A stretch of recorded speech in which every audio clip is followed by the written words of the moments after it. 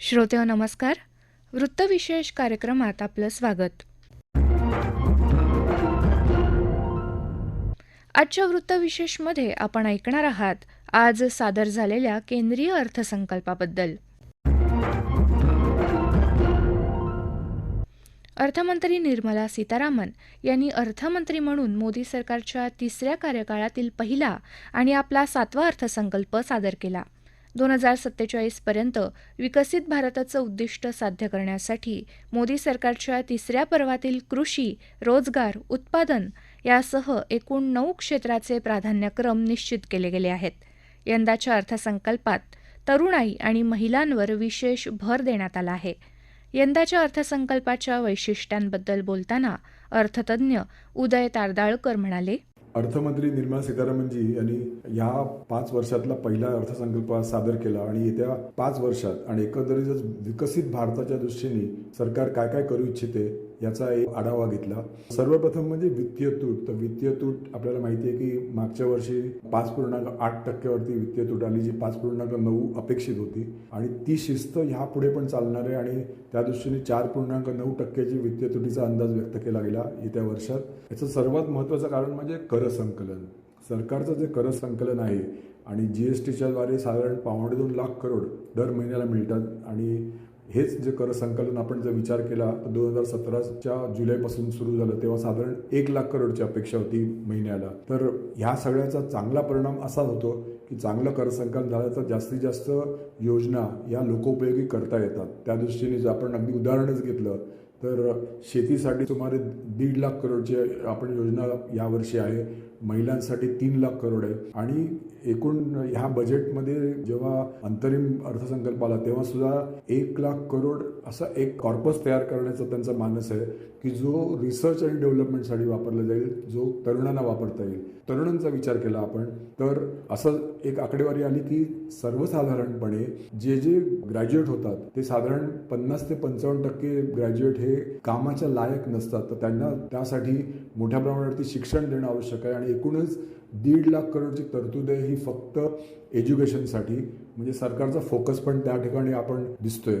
आर्थिक अहवाल जेव्हा आला त्या आर्थिक अहवालामध्ये काही गोष्टी ज्या नमूद केल्या होत्या त्यामध्ये त्यांनी 3 गोष्टी सांगितल्या होत्या की सरकार एक त्रिसूत्री आपण म्हणू शकतो की सरकारने काही बाबतीत काही गोष्टी सोडून द्याव्यात.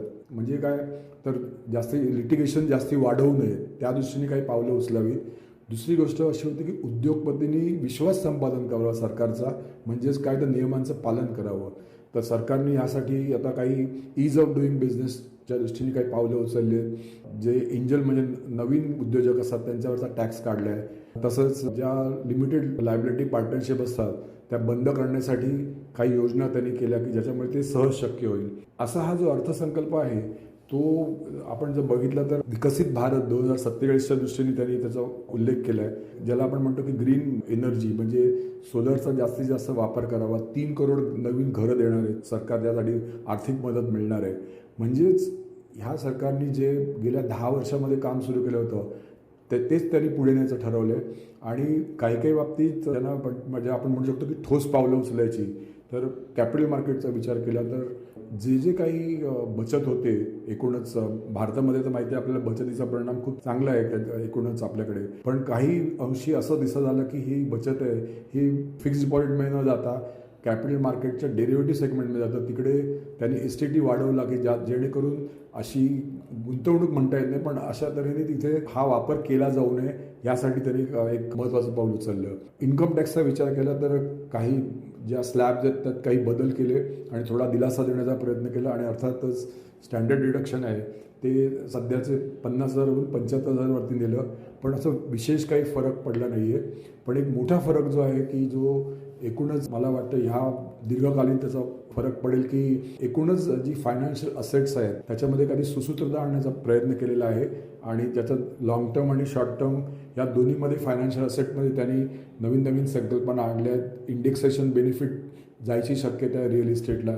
तर अशा काही गोष्टींचा त्यांनी वापर केला आहे आणि येत्या काळामध्ये रिअल इस्टेट जी मालमत्ता आहे त्याचं पण एक संगणकीकरण जे होऊ घातलं आहे त्याच्यामध्ये बऱ्याच प्रमाणात काही जर बेनामी संपत्ती वगैरे असेल तर ती पण बाहेर येण्याची शक्यता आहे. अशी पण काही पावलं उचललेली आहेत. असं एक बघितलं की कुठलेही घटक त्यांना निराशा येऊ नयेसाठी प्रयत्न केले आहे. आर्थिक अहवालामध्ये सांगितलं की साधारण 80 लाख रोजगार दरवर्षी निर्माण व्हायला पाहिजेत 30 सालापर्यंत, आणि त्या दृष्टीने मला वाटतं ही सगळी पावलं उचलली जात आहेत आणि जास्तीत जास्त लोकांना रोजगार मिळावा त्यासाठी मोठ्या प्रमाणावरती आपण कॅपिटल एक्सपेंडिचर करणार आहोत, जवळ 11 लाख करोडचं, आणि ह्याच दृष्टीने मला वाटतं हे पावलं उचलली आहेत. भारतीय अर्थव्यवस्था विकसित व्हायची तर कृषी क्षेत्राचा कायापालट करण्याशिवाय गत्यंतर नाही. यंदाच्या अर्थसंकल्पात कृषी क्षेत्रासाठी विक्रमी 1,52,000 कोटी रुपयांची तरतूद करण्यात आली आहे. अर्थसंकल्पात कृषी क्षेत्रासाठी केलेल्या तरतुदी आणि त्यांचे परिणाम यावर भाष्य करताना कृषी अर्थतज्ञ श्रीकांत कोळेकर म्हणाले, आजचा अर्थसंकल्प पाहिला की लगेच लक्षात येईल की त्यात कृषी विकासावर मोठा भर देण्यात आलेला आहे. त्यासाठी 1,52,000 कोटी हा आजपर्यंत सर्वात विक्रमी निधी राखून ठेवण्यात आलेला आहे. आणि हे कृषी विकास करताना त्याच्यामध्ये आपण कृषी आणि पूरक असे सर्वच व्यवसाय कसे वृद्धिंगत होतील आणि त्यातून शेतकऱ्यांचं कल्याण कसं होईल यावर भर देण्यात आलेला आहे.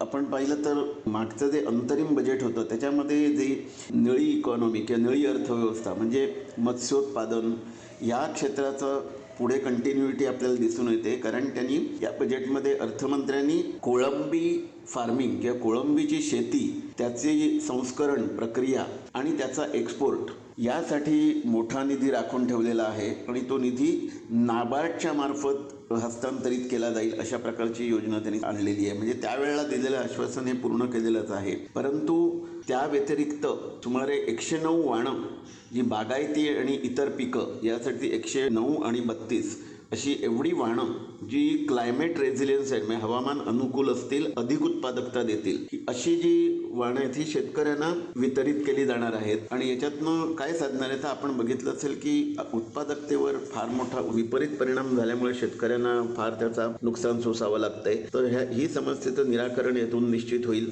परंतु हे सर्व करताना नैसर्गिक शेतीलाही दुर्लक्षित केलेलं नाहीये आणि यासाठी पण सरकारने विशेष भर दिलेला आहे. 1 कोटी शेतकऱ्यांना नैसर्गिक शेती करण्यासाठी प्रवृत्त करून त्यांना त्याप्रमाणे मदत करण्याचं अर्थसंकल्पात म्हटलं गेलेलं आहे. आपण बघितलं असेल कडधान्य आणि तेलबिया या क्षेत्रात आपण आयात निर्भरता आपली वाढली आहे, किंबहुना खाद्यतेल आयात निर्भरता आपली खूपच जास्त आहे.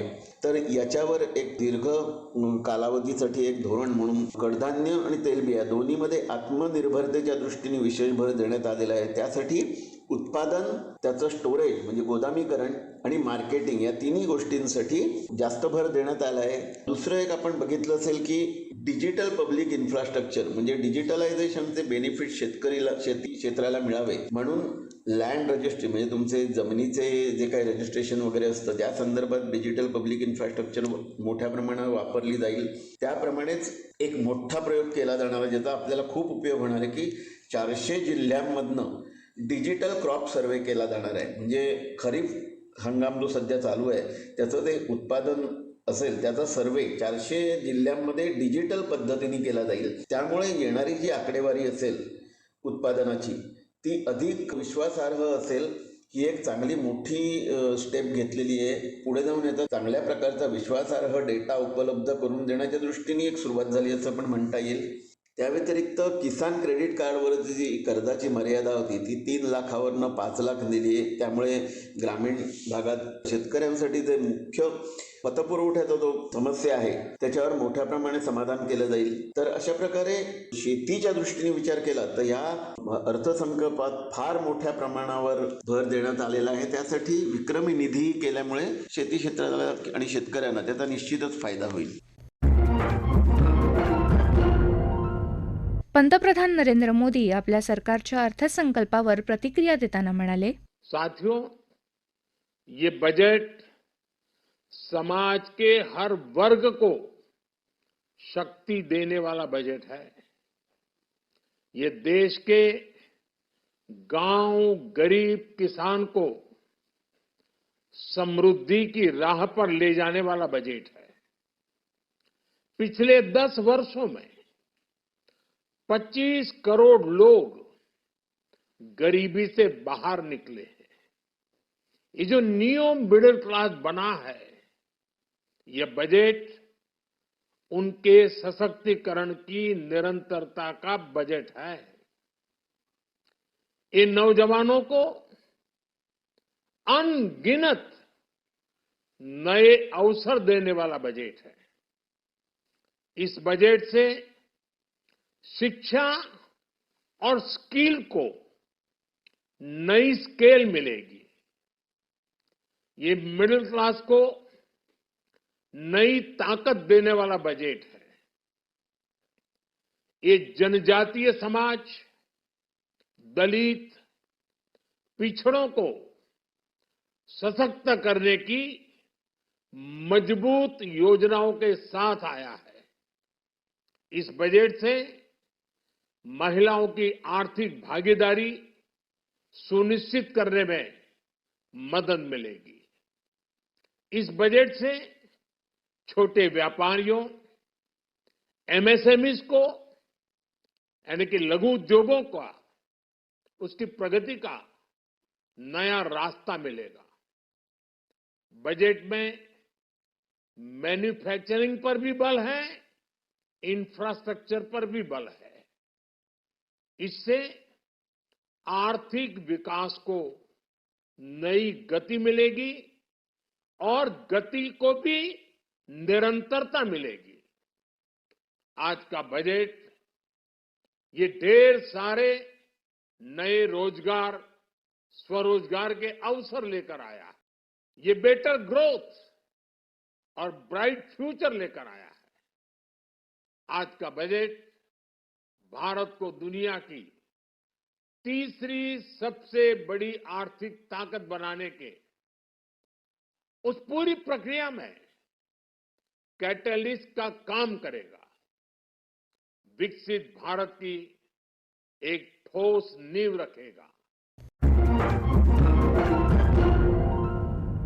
केंद्रीय अर्थमंत्री निर्मला सीतारामन यांनी मांडलेला हा अर्थसंकल्प शेतकरी, महिला, युवा, कौशल्य विकास, रोजगार, पायाभूत सुविधांची उभारणी, शहरांचा विकास अशा विविध 9 घटकांवर लक्ष केंद्रित करणारा नवरत्न अर्थसंकल्प आहे, अशी प्रतिक्रिया मुख्यमंत्री एकनाथ शिंदे यांनी दिली.